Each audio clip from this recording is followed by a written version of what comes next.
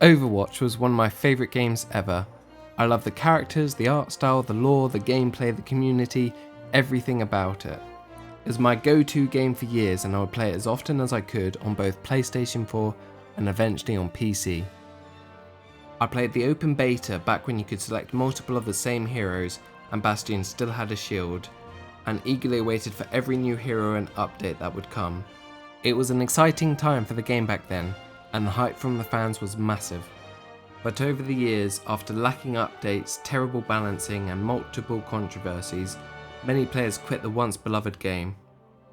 I, however, stuck around throughout all the highs and lows, hanging on to any scrap of news that the player base could find, until finally it was announced that Overwatch 2 with a massive new PvE mode would be releasing along with loads of new improvements and updates.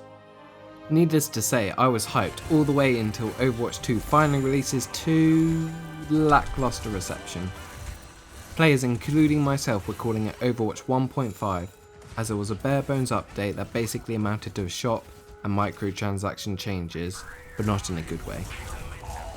This upset many players and Overwatch 2 was often clowned on, but I still clung on to hope for the exciting new PvE mode which would really freshen up the game and finally give us a substantial amount of content to play.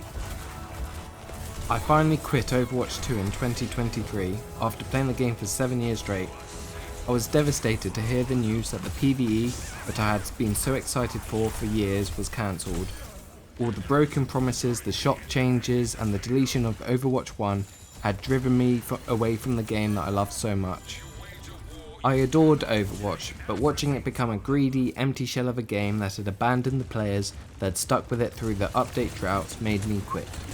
I occasionally kept up to date with the game when I heard news such as the Avatar collab or an interesting new hero, but apart from that I had never touched the game again or sought out information about it.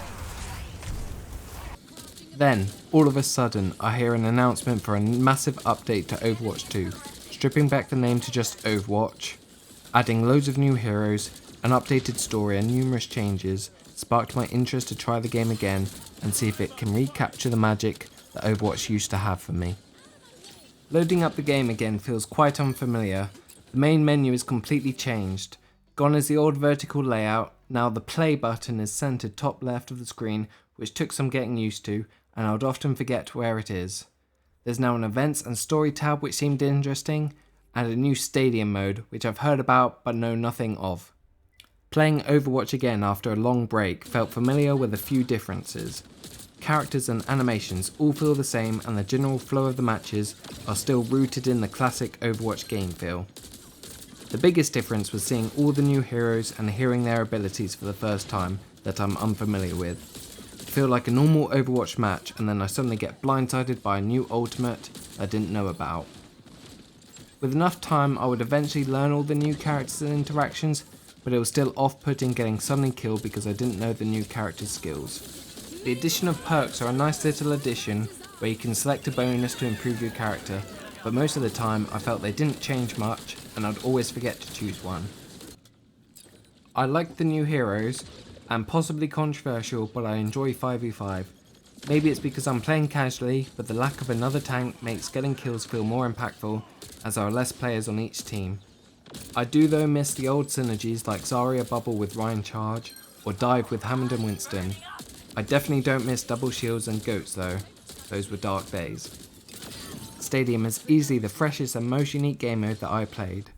I'd heard of the new mode in passing, but other than that I had no clue what it was or how it worked. Stadium is a MOBA inspired mode which locks you into one character which you can upgrade with skills and items. It felt like playing Overwatch completely differently and I enjoyed it a lot even though I had no idea what was happening. It's really chaotic with brand new abilities for old heroes and the change to third person makes it feel fresh. I'm pretty sure Blizzard have used old skills and abilities that were planned for the PvE mode, which if true, is clever recycling of content, although it does sting a bit thinking about how much fun it would have been to use it in the story and missions. It was pretty toxic, which at this point in Overwatch's life is just par for the course. I enjoy this mode as it's a complete revamp from the usual Overwatch formula, although I would have to sink a lot of time into it to actually understand what is going on and how builds and items work. The most shocking and disappointing part of the game was easily the amount of skins and microtransactions. Long gone are the days of leveling up and receiving a loot box with new skins inside. Now all the cool new stuff is locked behind the shop storefront or battle pass. The amount of skins and weapon changes and emotes feels endless, yet to me I feel no desire to purchase them, only a mild disappointment seeing them in the shop. I know the old loot box system was controversial, but it was simple to understand and often generous. Now with the legacy coins and the Overwatch 2 coins, it obfuscates the true cost of purchasing the items and uses manipulation tactics like sales and time limited content to try and get me to buy them. Especially with how expensive some of the skins and bundles are. £40 for 2 skins is insane. It all feels icky, like slimy friends with pedos, Bobby Kotick's tentacles are still in Blizzard. Feels nasty, and I definitely do not want to give my money to CEOs who sexually harass and fire the talented developers and artists who actually make the game. It sucks seeing what Overwatch has become and feels like they care more about the shop than the game. Bad stuff aside, playing Overwatch again in 2026 after such a long break is undoubtedly fun. Whilst the same overall gameplay and interactions feel slightly stale for me, the game still retains that same classic Overwatch feel which keeps players coming back repeatedly. I enjoy Overwatch when I'm playing it, but something about it stops me from coming back to the game full time. I think it may be due to the lingering feeling of still wanting more from the game, and the wasted potential of the sequel. Another aspect may be that being out of the community keeps me from hearing much about the game and being excited for updates and changes. Before I quit, I loved watching Overwatch creators play and discuss the game and would always get excited for new information with a sequel. Now that I'm out of the ecosystem, I find it difficult to return to it. Overwatch is still a great game, keeping the high quality gameplay with new unique additions like Stadium and cool heroes, but whenever I play it, I get this nagging feeling like it was destined for more. Thanks for watching, and feel free to like and subscribe if you liked the video.